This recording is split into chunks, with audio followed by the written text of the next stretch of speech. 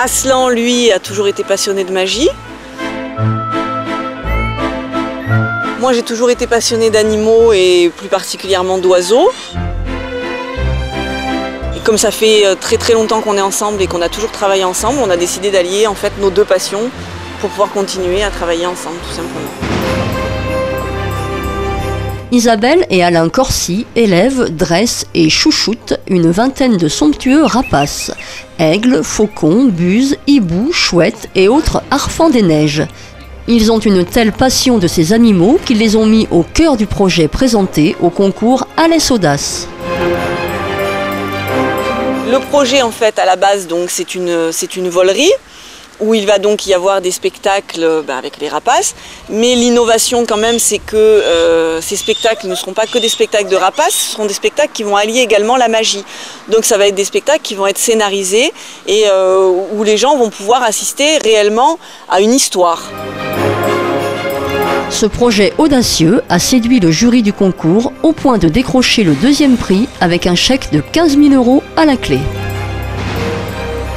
Non, c'est vraiment une expérience extraordinaire. Oui, parce que je trouve que d'ailleurs l'idée déjà au départ. On reconnaît, si vous voulez, que notre projet, ça peut être un projet viable, ça peut être un projet intéressant, ça peut être un projet qui s'inscrit complètement dans le plan de revitalisation en fait, de la ville d'Alès, quoi. Et ça, c'est pour nous une reconnaissance qui est énorme, quoi. Ce projet, qui doit être développé aux portes d'Alès, mêle tourisme, loisirs et écologie. Sur le centre, on veut également pouvoir proposer de l'hébergement en tente médiévale, puisque nous on reste quand même dans notre milieu médiéval fantastique. Il va y avoir donc tout un parcours où les gens auront les rapaces de visu, et un autre parcours où ce sera uniquement les volières d'élevage, parce qu'on veut faire également un centre de reproduction.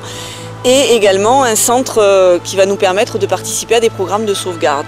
Ce sont des tentes un petit peu de luxe qui nous permettront d'attirer d'une part un public qui viendra éventuellement pour faire des formations sous forme de séjour, formation en fauconnerie, ou sinon aussi bien vivre vraiment complètement leur fantasme dans un univers médiéval fantastique, où il y a des figurants, des ateliers. Au-delà du spectacle médiéval et du centre d'hébergement, le projet a également un volet éducatif avec des formations pour les adultes et l'accueil des scolaires. Il ne reste donc plus qu'à trouver le lieu idéal. Il nous faut un terrain où vraiment les gens se sentent vraiment dépaysés. D'abord au niveau des oiseaux, au niveau de la sécurité des oiseaux et du public.